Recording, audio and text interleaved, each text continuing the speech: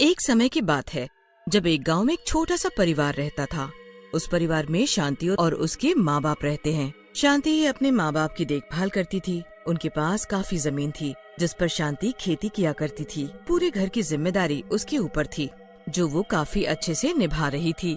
एक दिन की बात है जब शांति खेतों में काम कर रही थी, पर तभी साथ वाले खेत के ट्रैक्टर की ब्रेक फेल हो गई। वो शांति के खेत में घुसा चला आया और शांति उसकी चपेट में आ गई। पास में ही हरी नाम के लड़के का भी खेत था जो जल्दी से शांति के माँ बाप को बुलाने गया। हे भगवान, ये क्या हो गया? शांति के बाबूजी जल्दी से खेत में जाते हैं तो वहाँ शांति मरी पड़ी होती है। उसके माँ बाप फूट फूट कर रोने लगते हैं। हाय हाय मेरी बच्ची, भगवान ने एक ही औलाद तो दी, वो भी हमसे छीन ली। हाय भगवान। शांति के माँ बाप शांति को उसी खेत में दफना देते हैं। शांति के बिना उसके माँ बाप एकदम अकेले पड़ जाते हैं। उन्हें समझ ही नहीं आ रहा होता कि अब वो कैसे अपना बचा खोचा जीवन शांति के बिना निकाल पाएंगे। बड़ी मुश्किलों से उनका एक एक दिन गुजर रहा होता है और ऊपर से एक दिन जमींदार का आदमी दरवाजे पर आकर खड़ा होता है। कोई है क्या घर में? कौन है? अंदर आ जाओ। हाँ भाई, कर्जा देने का कोई इरादा है कि नहीं? कर्जा? हाँ, कर्जा जो तुम्हारी बेटी ने लिया था पिछले महीने। बेटा, हम कर्जा कैसे चुका पाएंगे? हमारा तो एक ही सहारा थी और वो भी चली गई। अब तो कुछ दिन में खाने को भी नहीं होगा हमारे पास। वो देखो, मैं कुछ नहीं जानता। जमींदार जी ने बोला है पैसे लेकर आओ। अब मुझे एक तारीख बता दो कि कब पैसे दोगे। हमें कुछ दिन की मोहलत दे दो। वो आदमी वहाँ से चला जाता है। उसके बाद बेचारे बूढ़े माँ बाप चिंता में पड़ जाते हैं। मैं सोच रहा हूँ कल से खेती करना शुरू कर दूं। एक बार की फसल से सारा कर्जा भी उतर जाएगा और हमारा भी गुजारा हो जाएगा। अरे पर आप इस उम्र में कैसे खेती करोगे? आप थोड़ी देर चलकर ही इतना थक जाते हो और खेती करने की बात करते हो। कोई और चारा भी तो नहीं है हमारे पास। अगर कर्जा नहीं चुकाया तो जमींदार हमारे खेत घर सबके ऊपर कब्जा कर लेगा। अगले दिन बेचारा बूढ़ा आदमी खेतों पर काम करने जाता है। थोड़ा सा काम करके ही उस बूढ़े आदमी की हालत खराब हो जाती है। वो बहुत थक जाता है और उस जगह आकर बैठ जाता है जहाँ उसकी बेटी को दफनाया गया होता है। शांति के बाबूजी वहीं सिर रखकर खूब रोते हैं। बेटी, तू बहुत याद आती है। देख आज तेरे बाबूजी की क्या हालत हो गई है। जब तक तू थी हमें एक पल भी कभी किसी चीज से तकलीफ नहीं हुई। आज तेरे बिना सब खत्म हो गया है। बेचारा बूढ़ा आदमी रो धोकर उठता है और घर वापस आ जाता है। क्या हुआ? आप वापस आ गए? मैंने बहुत कोशिश की खेतों पर काम करने की, पर इस बुढ़ापे में मेरे बस की कहाँ ये सब। मैंने तो आपको पहले ही बोला था ना कि आप कहाँ कर पाओगे खेती, पर आपने मेरी एक नहीं सुनी।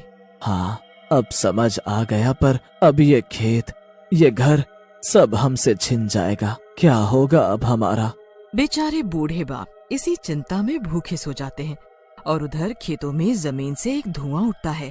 सब जगह धुआं ही धुआं हो जाता है। धुएं से फिर किसी के हंसने की आवाज आती है। जब धुआं हटता है तो वहाँ एक चुड़ैल खड़ी जोर जोर से हंस रही होती है। मेरे खेत, मेरे प्यारे खेत। चुड़ैल पागलों की तरह पूरे खेत में इधर से उधर भागने लगती है। मेरी मिट्टी, मेरी मिट्टी, मेरे खेत। मैं इनको ऐसे बंजर नहीं रहने दूंगी। अपने माँ बाप को दुख नहीं झेलने दूंगी। मैं मरकर भी अपना फर्ज निभाऊंगी। चुड़ैल खड़ी होती है और खुद ही हल जोतना शुरू कर देती है। पूरी रात वो हल जोतती रहती है। फिर जैसे ही 4 बजने वाले होते हैं वो एकदम रुक जाती है। हाँ, सुबह होने वाली है। अब मुझे जाना होगा। किसी ने मुझे यहाँ देख लिया तो मुसीबत हो जाएगी। वापस से वहाँ धुआं उठता है और चुड़ैल उस धुएं में गायब हो जाती है। जब सुबह होती है तो पास वाले खेत में हरी काम करने आता है। खेत को आधा जुता हुआ देख वो बड़ा हैरान होता है। अरे बाबूजी तो बड़े ताकतवर निकले। बताओ, इस उम्र में आधा खेत जोत कर चले गए, पर समझ नहीं आ रहा कि उन्होंने ये सब किया कब। कल तो वो थोड़ी देर आकर वापस चले गए थे। हरी फिर शाम को घर जाते वक्त उन दोनों से मिलने चला जाता है और बातों बातों में खेत की जुताई की बात करने लगता है। ये बात सुनकर दोनों बूढ़े माँ बाप भी हैरान हो जाते हैं। मैंने तो ऐसा कुछ भी नहीं किया। मैं कल गया तो था, पर वापस आ गया था। तो फिर बाबूजी आपका खेत किसने जोता? अरे तुझे गलत फहमी हुई होगी, छोड़ ये सब और बता शहर कब जा रहा है? नहीं बाबूजी, अब शहर जाने की इच्छा नहीं है, सोच रहा हूँ यहीं रहूं। आपकी तरह मेरा भी दुनिया में कोई नहीं है। यहाँ तो अब सब गांव वाले अपने लगते हैं। आप भी मेरे माँ बाबूजी जैसे हो, पर शहर में कोई अपना नहीं। ये तो तूने सही कहा, यही रहे आराम से, दिक्कत क्या है। हरी काफी देर वहाँ बैठता है और फिर अपने घर चला जाता है। रात काफी हो चुकी होती है और जब पूरा गांव सो जाता है तो फिर से उस खेत में धुआं उठता है और वही चुड़ैल वापस आ जाती है। अभी आधा खेत बचा हुआ है, मुझे आज रात में पूरे खेत को जोतना ही होगा। चुड़ैल पूरी मेहनत से बाकी का खेत भी जोतने में लग जाती है। रात भर में वो पूरा खेत जोत देती है और वहाँ से उसी धुएं के साथ गायब हो जाती है। अगले दिन फिर हरी खेत देखकर हैरान हो जाता है और फिर से माँ बाबूजी को जाकर बताता है, पर उन्हें कुछ भी समझ नहीं आ रहा होता कि आखिर ये कौन उनकी मदद कर रहा है। आखिर कौन है जो हमारी मदद कर रहा है? क्यों ना आज रात को हम जाकर देखें? रात को बाबूजी अकेले जाते हैं और छुपकर देखते हैं, पर वहाँ कोई भी नहीं होता। सब ऐसे के ऐसे ही पड़ा रहता है।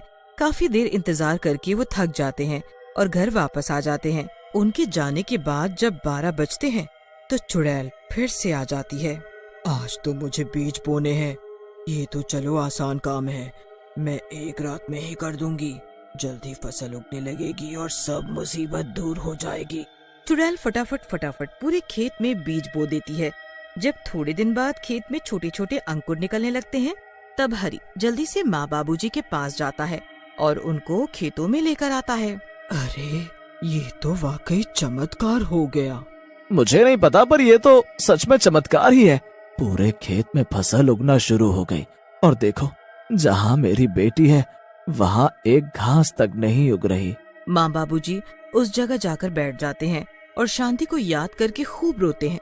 उनके रोते ही वहाँ बारिश शुरू हो जाती है और उनको घर वापस आना पड़ता है। उसके बाद चुड़ैल रोज रात को आकर अपने जादू से बारिश करती है। कुछ ही समय में खेत में लहराती हुई फसल उग जाती है। माँ बाबूजी को तो समझ ही नहीं आ रहा होता कि आखिर ये सब कौन कर रहा है। एक दिन फिर दोनों बूढ़े माँ बाप सोचते हैं कि वो पूरी रात वही खेत बैठकर देखेंगे आखिर ये सब कर कौन रहा है। बस फिर रात को साथ वाले हरी के खेत में छुपकर बैठ जाते हैं। काफी देर हो जाती है पर वहाँ कोई नहीं आता। मैं उस दिन में कितनी देर इंतजार करता रहा, पर उस दिन भी कोई नहीं आया था यहाँ। अरे आप थोड़ा सब्र रखो, शायद जो भी आता है वो देरी से आता है ताकि उसे कोई देख न ले। बाबूजी तो सो जाते हैं पर शांति टकटकी लगाए इंतजार करती रहती है। अब उसको भी नींद का झोंका आने लगता है। वो बड़ी कोशिश करती है कि वो सोए ना, पर उसे भी नींद आ जाती है। उसको नींद आते ही चुड़ैल का आने का वक्त हो जाता है। चुड़ैल को अंदाजा ही नहीं होता कि वहाँ कोई उसके इंतजार में छुपकर बैठा है, इसीलिए तो वो बेफिक्र अपने काम में लग जाती है। कितनी अच्छी फसल हुई है, इनको बेचकर काफी अच्छे पैसे आएंगे और सब ठीक हो जाएगा। चुड़ैल पूरी मेहनत से सारी फसल काट देती है और एक जगह इकट्ठा करने लगती है कि तभी उन दोनों बूढ़े माँ बाप की आँख खुल जाती है। मुझे ऐसा लगा यहाँ आसपास मेरी बेटी है, हमारी बेटी है आसपास। हाँ सही कहा, मुझे भी अभी सपना आया कि शांति हमसे मिलने आई है। एकदम फिर से दोनों की नजर उस चुड़ैल पर पड़ती है। वो चुड़ैल को फसल इकट्ठा करते देख लेते हैं। अब उन्हें सब समझ आ जाता है कि ये सब एक चुड़ैल का काम है। अजी ये तो चुड़ैल है, चुड़ैल। ये चुड़ैल अब तक इस खेत में काम कर रही थी क्या? अब मैंने अपना फर्ज पूरा किया, अब मेरे माँ बाप का सारा कर्जा उतर जाएगा। इतना कहते ही चुड़ैल के आसपास धुआं उठता है और वो उसी जगह समा जाती है जिस जगह शांति को दफनाया हुआ होता है। शांति, शांति, मेरी बच्ची शांति। दोनों भागते हुए जाते हैं पर तब तक वो चुड़ैल अंदर समा चुकी होती है। अरे हम कैसे नहीं समझ पाए बेटी कि वो तू ही थी, तू ही तो रोज आती थी हमारी मदद करने। शांति। माँ बाबूजी का सारा कर्जा उतर जाता है और उनके पास अच्छे खासे पैसे भी बच जाते हैं। वो हरि को भी इसके बारे में बताते हैं। हरि ये सुनकर बड़ा हैरान होता है। बस फिर हरि उन दोनों बूढ़े माँ बाप को अपने साथ रखता है। जल्द ही वो शादी कर लेता है और सब हंसी खुशी मिलकर रहने लगते हैं।